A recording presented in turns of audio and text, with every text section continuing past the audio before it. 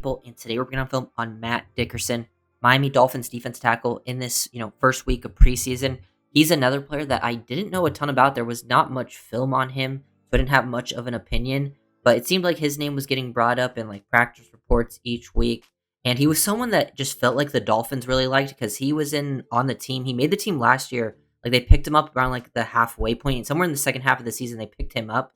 And he ended up sticking on the roster the whole time. And then this offseason, you've heard like some of the other players mention him, the positional D-line coach, they bring his name up. It's usually a sign of, a good sign that you're pretty well liked by the organization when they kind of just bring your name without being provoked. So Dickerson, and he didn't play a ton of snaps in this game, but he had some real dominant ones on his big impact plays. Ones that I think translate well too, like with some quickness. Like the combination of like quickness and play strength are definitely there. Like here, 63, you can see like a get off the ball, show some like pretty decent first step, but then it's just a power squaring a guy up and just putting him like on the ground there, working through contact of the tackle too. Like this guy falls over. A lot of times when this happens, this situation where like the guard kind of falls over, you're pushing him to the ground, and then an offensive lineman is still kind of attached to you on the side. You'll also lose balance. Dickerson stays on his feet the whole way, which shows me some great core strength, balance on the interior, which is great. And Dickerson, one thing about his game is he isn't the biggest guy, but he also, like, I think he can move across the line. Versatility is something I've noticed. So he can be like a wider alignment, like that 5 tech area if you need, but also go in the 3 tech, make a play. He made some impact plays versus the run and pass. So this is really my first action of seeing him. So, I definitely have to see more before I have like a final talk about how I feel.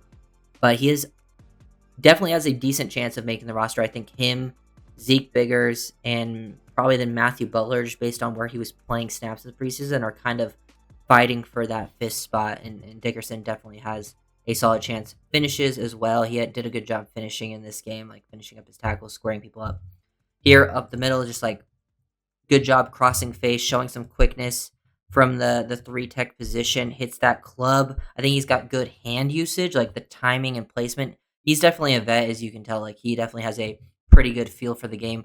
Works through contact, even like the little things, like putting your offhand to like the back of the offensive lineman, even just like give yourself a little momentum, push off, not get too far to the inside, keep yourself there, and then show some like hip flexibility to bend, get off the quarterback, get a nice clean hit on the QB.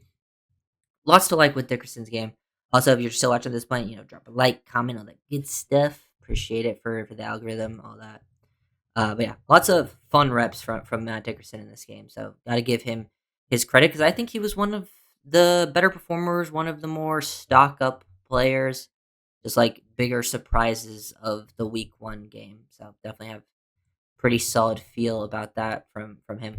Here he is again, lined up 3 tech to the play side, takes on 78, able to square, work through contact really well. I feel like he's very strong through contact, very difficult guy to move, and like he doesn't even like have his hands in a good situation here. He's kind of squared up, has to still work through contact. Root till he like kind of throws his shoulder in the guy, and then he has to reset his hands. Like look where his hands are low.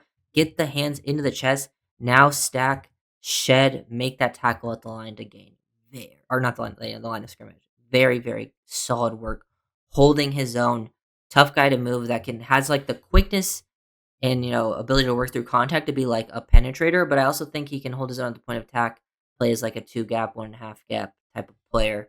Now this is preseason, like I say with all these videos, you take all of it with a little bit of grain of salt, but there are certain things here that I do think translate, and I think this at least shows like, oh, he looks like a rosterable player. Like that's what with a lot of these guys, you're looking at like these low end guys, like, oh, is he a rosterable player? I think for sure he is.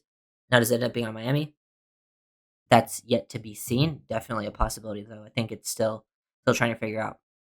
And even reps like this, I think these reps like this is where you can learn stuff. Like, yes, he's not involved. Like, this is where you can like learn how people play. Like, you don't always have to look at the results, the end play. Like, this doesn't go anywhere near him. But look at him lined up against 63, squaring him up, playing with a good base, knee bend, get control of the situation. Just understanding your discipline, your run fit. You don't need to go out of the way to try to get, because if he tries to go too far and get involved in this run, like, he can show poor gap discipline. Now he's just staying in control of that main gap.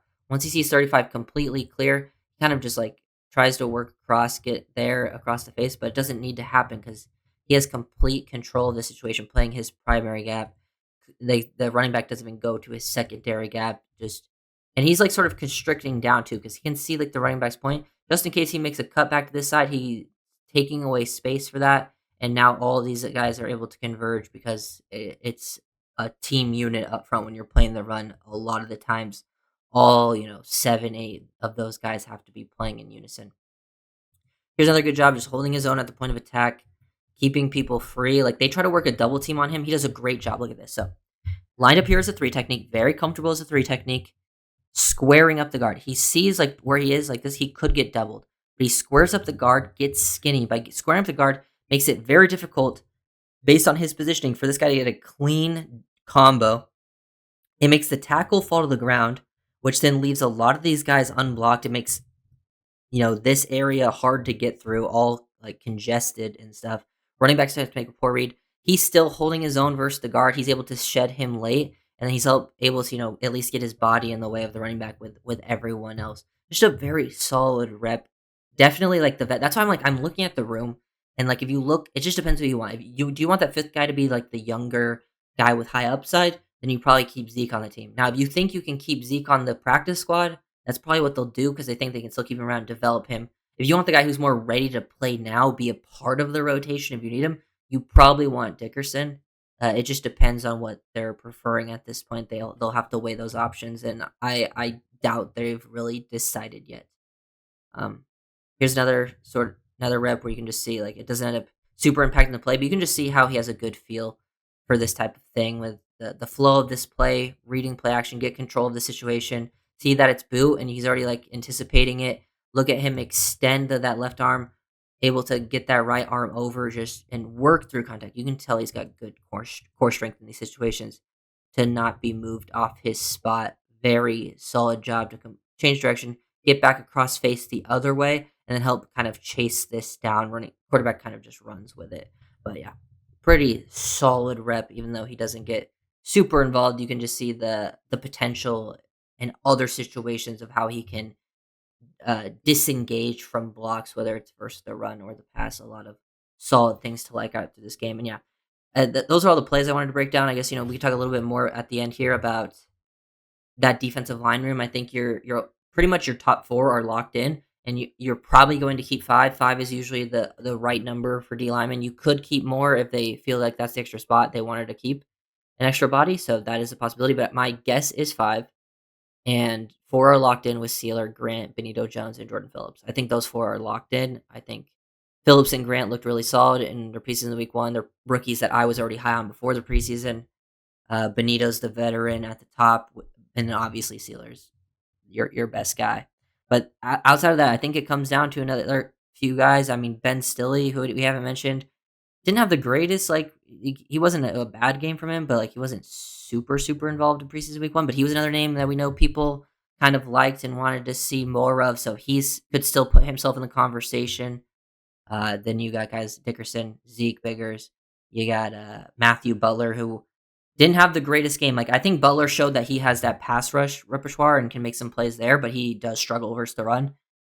It depends if they want to keep that as well. But I think the reason I still put Butler in the combo is he did play a lot early, and you can tell a lot from like how preseason rotations work. When you're playing a lot early and you end up not playing as much in the second half, like that usually means you're higher in the depth chart in these situations. And like if you're getting snaps late in the game, that's not always a great sign.